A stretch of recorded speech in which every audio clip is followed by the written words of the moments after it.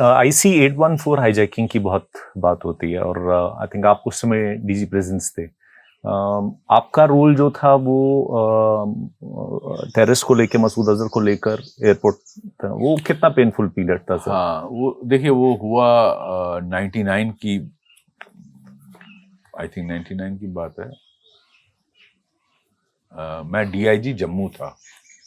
Yes, DIG Jammu range था। तो ये अजहर मसूद, ये हाईजैकिंग होती है और कंधार में उसको लेके वहाँ डिमांड होती है। अल्टीमेटली उस पर नेगोशिएशन डोवल साहब की टीम थी, उसमें उनको पहले तो बहुत बड़ी डिमांड थी, इतना पैसा, ये वो $1 मिलियन, पता नहीं कितने $1 मिलियन, कितने लोग, लेकिन उसको फिर पिन डाउन इन्होंने नेगोशिएटर्स जो हमारी भारत की तरफ से गए थे, इन्होंने डोवल साहब ने, इन्होंने उसको 3 पे एग्री किया गया, 3 टेररिस्ट छोड़े जाएंगे, जिसमें अजहर मसूद था, मुश्ताक लटरम था कश्मीर का, और एक और था 3 इनको छोड़ने का, वो भी टेररिस्ट, बहुत इंपॉर्टेंट टेररिस्ट, इनको छोड़ने का फैसला हुआ। और भारत सरकार ने स्पेशल प्लेन, एक सीनियर ऑफिसर हैं, नाम लेना अच्छा नहीं लगता, उनके अगुवाई में एक जहाज यहाँ भेजा और मुझे DGP साहब ने बुलाकर कहा कि आप जाएंगे कोट बलवाल जेल में, ये लॉज था अजहर मसूद, इसको लेके आप हैंड ओवर करेंगे टेक्निकल एयरपोर्ट जम्मू में, जो स्पेशल प्लेन आया है, जो सीनियर ऑफिसर दिल्ली से आए, उनको हवाले। तो मैंने इनफैक्ट उनको उस वक्त कहा भी कि इसको छोड़ना ठीक नहीं रहेगा, ये हजारों को मारने का कारण बनेगा, लेकिन this were the orders of the government.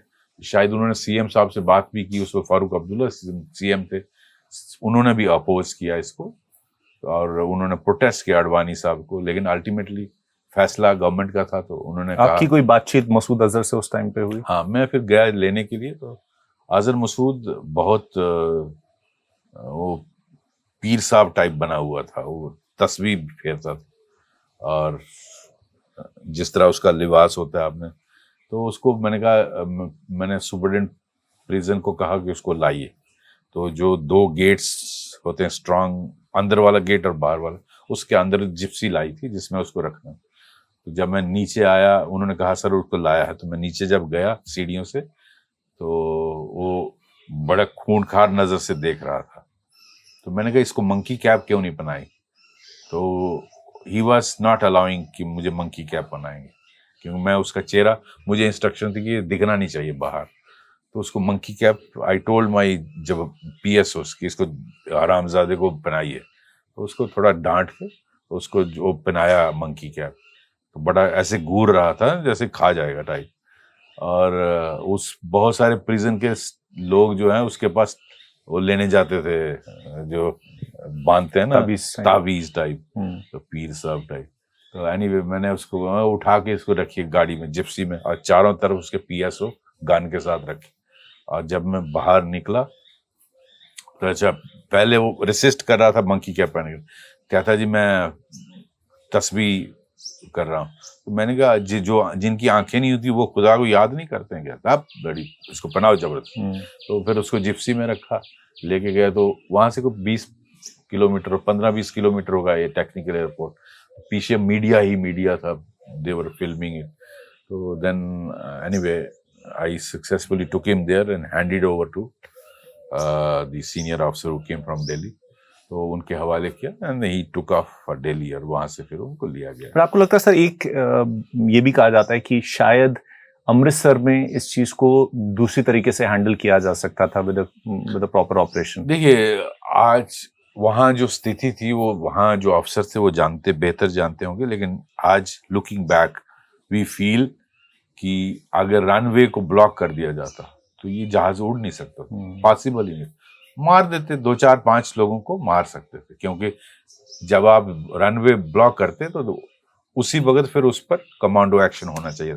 लेकिन मैंने उनका सुना है बयान, जो उस वक्त DGP साहब थे पंजाब के, उन्होंने इनफैक्ट NSG की रिक्वेस्ट की थी, और जो दिल्ली में कमेटी थी हेडेड बाय कैबिनेट सेक्रेटरी, जिसमें सारे सीनियर ऑफिसर्स होते हैं, RAWIB, सभी चीफ्स उसमें होते हैं, क्राइसिस मैनेजमेंट ग्रुप बोलते हैं जी, एक डिसीजन उन्होंने लेना था। शायद उसमें किसी वजह से, क्योंकि पॉलिटिकल सोनिया गांधी जी शायद उस वक्त चेयरपर्सन थी, नहीं सॉरी वाजपेयी जी की गवर्नमेंट थी उस वक्त, और Sonia Gandhi leader of opposition थी। तो उनसे भी पॉलिटिकल लेवल पे भी मीटिंग हुई थी। शायद उसमें था कि कोई किसी की किलिंग नहीं होनी चाहिए, तो कमांडो एक्शन में देयर वाज ए पॉसिबिलिटी कुछ पैसेंजर मारे भी जा सकते, डैमेज हो सकता। तो अभी वो इस पे सोच ही रहे थे इतनी देर में, और इट टुक ऑफ। मुझे लगता है अगर इमीडिएटली रनवे ब्लॉक कर दिया जाता है ना कमांडो एक्शन का, ठीक है, ऐसे एक्शंस में कुछ कैजुअलिटीज होती हैं, लेकिन उससे भारत का दोबारा कोई भारत की तरफ हिम्मत नहीं करता, और एक मैसेज जाता है you can't mess with India. और ठीक है 2-4-5 लाइफ जाती, लेकिन उनको भी हम वहीं मार सकते थे। तो बहुत आई थिंक वो चूक हुई है। दैट वाज लोएस्ट एब ऑफ भारत। मैं कहूँगा भारत के लिए बहुत ही बुरा समय था वो। शायद उस घड़ी को हम किसी आज सोच के समझते हैं कि बेटर तरीके से हैंडल कर सकते।